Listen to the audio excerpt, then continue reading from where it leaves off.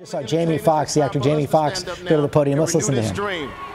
That's what we got to do. I was affected by the Trayvon Martin situation. I was affected by Newtown. I was affected by Sandy Hook. I'm affected by those things, so it's time for us now to pick up. Harry Belafonte saw me at the Image Awards, and he asked me, what am I willing to do?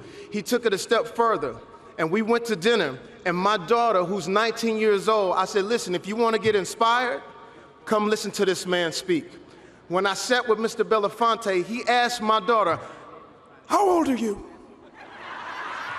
And my daughter said 19, and I said, Mr. Belafonte, what were you doing in 19? He said, I was coming home from World War II, and when I got back to America, I wasn't allowed to vote.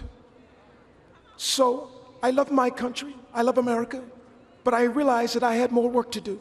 So myself, Al, Jesse, and Martin, we marched. And I said, wait a minute, man. You sound like you naming a boy band group. What do you mean? Who are these guys' names? And he looked at my daughter and he said, Martin Luther King, have you heard of him? And we sat there and we cried. What we need to do now is the young folks pick it up now so that when we're 87 years old, talking to the other young folks, we could say it was me, Will Smith, Jay-Z, Kanye, Alicia Keys, Kerry Washington. The list goes on and on. Don't make me start preaching up here. Last but not least, I have to recognize Mr. Berry Gordy. And not only that, not only did Harry Belafonte bail Martin Luther King out of jail so that he could march, he also paid for all of Coretta Scott King's bills as long as she was on this planet. Young folks, let's have some respect to our elders. That's the first thing.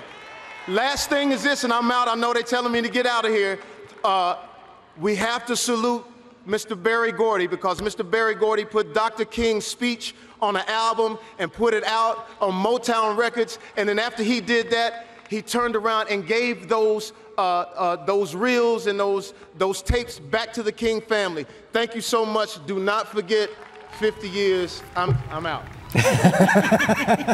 Jamie Foxx, reminding that crowd there of a tradition going back to 1963. Of course, many celebrities showed up on that day as well in 1963. Harry Belafonte was there. Sidney Poitier was there. Charlton Heston.